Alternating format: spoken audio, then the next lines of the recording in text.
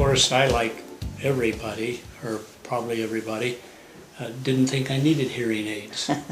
And me, hearing aids, that wasn't anything I needed. That's for other people, old people who can't hear. But I tried a set of hearing aids out, a pair, and decided really it wasn't the thing for me.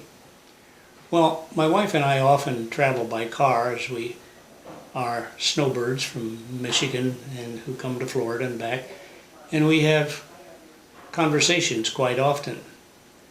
And all of a sudden I was saying to my wife, you know you didn't say this, but this is what I think I heard you say. And I would repeat it. And it was really quite laughable.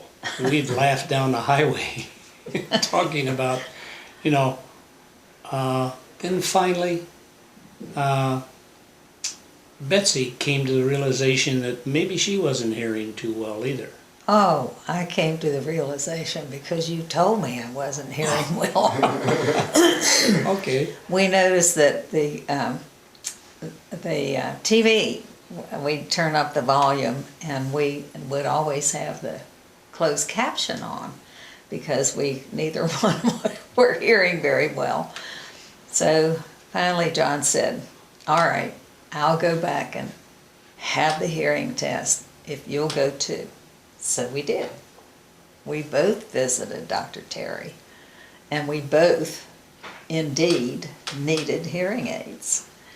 I needed a hearing aids for volume because I'm just getting older and my hearing is going away. John's different though. Tell him about yours. Well, my hearing, I guess, was the result of my loss was really emphasized when we would attend a play or even in church. I wasn't catching a lot of what was being said, and some of the plays we attended were supposed to be humorous, and I really have quite a sense of humor, and I really feel bad when I miss a joke. so there I was going to these plays which were supposed to be humorous, and I wasn't catching on. I wasn't catching on because I wasn't hearing. So it was obvious to me that I needed to have some assistance with my hearing. So I said to Betsy, just as she mentioned, okay, let's enter into this situation together and see if we can improve the situation for both of us.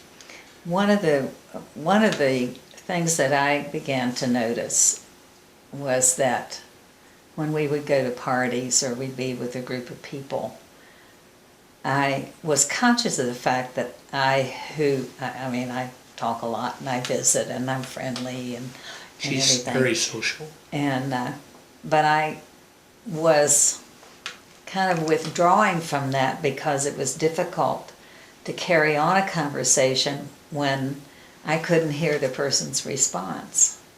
And then I read that people who go deaf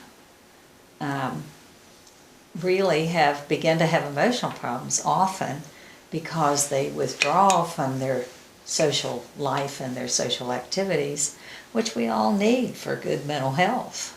So that was another reason that I agreed to come take the test. Well, I guess my first objection to hearing aids was the fact that it was going to be inconvenient. It was going to be something that, another bother. I got so many attachments I have to deal with, the eyeglasses, you got to make sure you got this and got that. And I'm a very forgetful person. So I just thought, that's one more thing for me to forget. So I worked very hard at it and found that really, you put them on and you truly do forget them. You forget them in another way, you forget them in a good way. They're there helping you all the time, and it improves your hearing quite well. And the thing I love about it is I can adjust my sound. If it's too noisy in a restaurant, I can turn it down. If I need a little more volume to hear the television or something else, I can turn it up. A few little reach back behind the ear, nobody even notices what you're doing. They probably figure you got itchy ears or something like that. And you can tune in what you want and tune out what you want to. So I think it's a great gadget to play with for no other reason if you like to do that kind of thing. But it's really quite an improvement, especially when we go to plays and are at parties and things of that nature. As long as you don't tune me out. No. Can't do that. Doesn't work.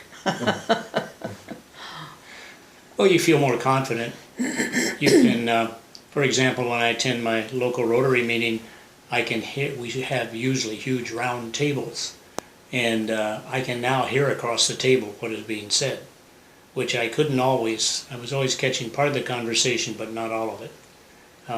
And so now I can hear what goes on across the table.